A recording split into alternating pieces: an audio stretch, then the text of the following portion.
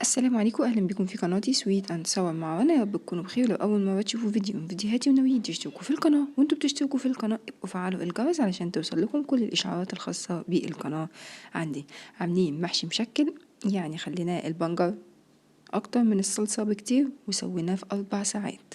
شايفين يا جماعه دايب دوب ومسكر. بسم الله ونبتدي المقادير.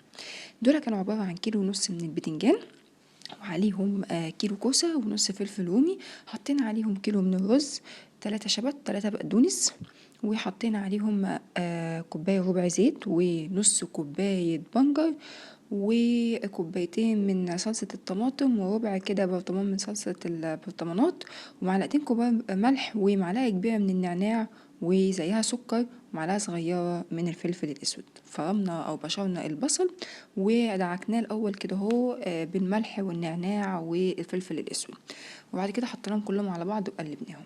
لما بنيجي نحشي يا جماعة ما بنملاش البتنجان على الآخر، بنسيب حوالي عرض عقلة صباع، بنضغط في ايدينا في البتنجان كويس، وبعد كده نبتدي بقى ايه نتكه كده عليه من كل اتجاه عشان يبقى ايه يعني مش مكتوم جوه البتنجانيه، بيتحرك كده عشان ينفش براحته. الكوسه بقى عكس البتنجان، الكوسه ما بنضغطش عليها من جوه، احنا بنقعد نملاها ونفضل كده ايه نخبط بيها على الرز او على الصينيه او على الترابيزه علشان الرز ينزل تحت، وبرده بنسيب عرض عقله صباع. بصوا شايفين اهو. جبت صينيه سويتهم في صينيه، حطيت الصينيه دي مقاس 28، حطيت معاها الشوربه. انا من الناس اللي بتحب المحشي يتعمل قبلها بيوم، الخلطه تقعد جوه المحشي كده فبتدي طعم احلى بصراحه، يعني انا من المدرسه دي.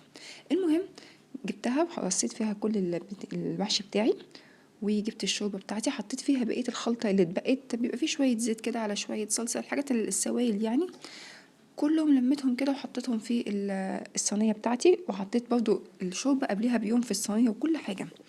ورحت جايبه بقى ايه ورق زبده وماسكاه مطبقاه بايدي وحطاه تحت الحنفيه عشان اقدر اشكله بسهوله. وجبت ورق فويل لان طبعا غطا الصينيه مش هيكفي، فهيبقى مدخل هوا فمش هيخليه يستوي، فلازم حاجه تحكم البخار. ممكن فوطه عادي وتحطوا عليها الصينيه زي ما انتم عايزين يعني. بس جبته بقى وكلفت بيه الصينيه كلها داير ما يدور، وسبته وتاني يوم طلعته. العين رقم 2 اللي على البوتاجاز شغلتها، اول ما غليت هديت زي تسوية الرز يمكن اقل. عارفين لما بتعملوا الكنكة كده على نار هادية؟ انا عملت كده. خد مني بالظبط 4 ساعات. انا فتحت عليه الساعة 10 الصبح، طفيت عليه الساعة 2 وربع كمان.